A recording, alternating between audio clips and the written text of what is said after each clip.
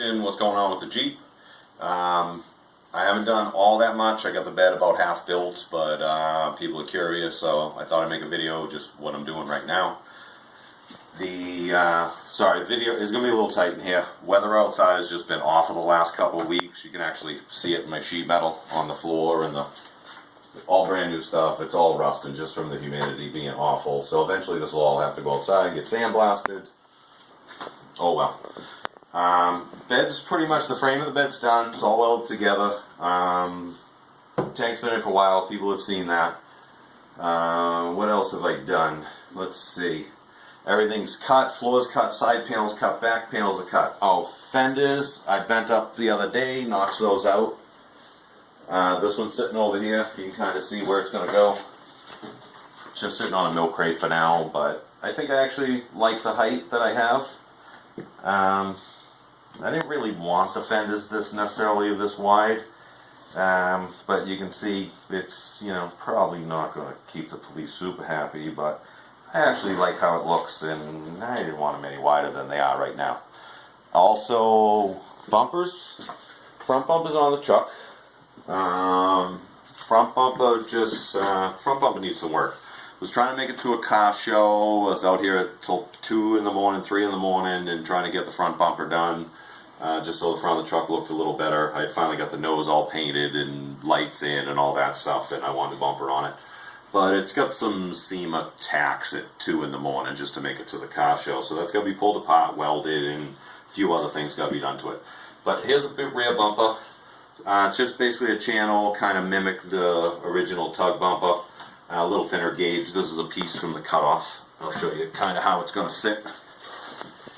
It's just going to go on, get sandwiched in between the shackles and the pintle, take up most of this space up in here. Eventually, I think I'm going to take, I got about an inch here. I'm going to weld strip on the back of here, probably flush to the back, create a shadow line, close that in a little more, and I just want one big flat mass, so I think that'll look a little nicer. What else? Oh, I'm working on fuel filler. This is just the standard CJ10a tank, new, easy to get, fairly inexpensive, and it matched the tug fuel lines and the fuel filter setup already. 5/16 and quarter, standard CJ7 tank, 5/16 and quarter. I wanted to go with a fuel cell originally.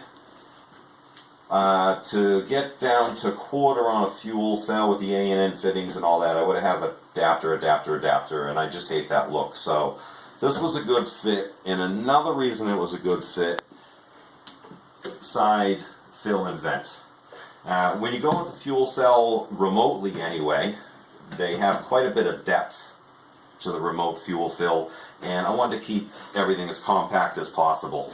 Another thing was I wanted some actual depth to the bed, and I still wanted to make this body line in the Jeep, this between the cab and the back wall. So I definitely wanted to make that body line. I wanted to try to make the bed as deep as possible. I would have liked it a little deeper, but I really wanted everything as compact as I could. Tank up high, bed down tight. So that's how this all kind of came about. One thing I didn't really know was how hard it was going to be to find some sort of aftermarket fuel filler that had a 3/4 vent and a 1-inch fill. And this sort of all started from the fact that I just like the original Tug diesel tank cap. So I cut this off the original diesel tank from the Tug the other day and started with a piece of pipe, same size. Either this will get threaded or this will get machined, welded, and machined again. So I ordered up some fittings. I ended up getting 2 extra fittings just in case I don't like how this all comes out or something, but I think it's actually coming out pretty good. So vent, fill, I'm going to weld this all up tomorrow. Just sits in here.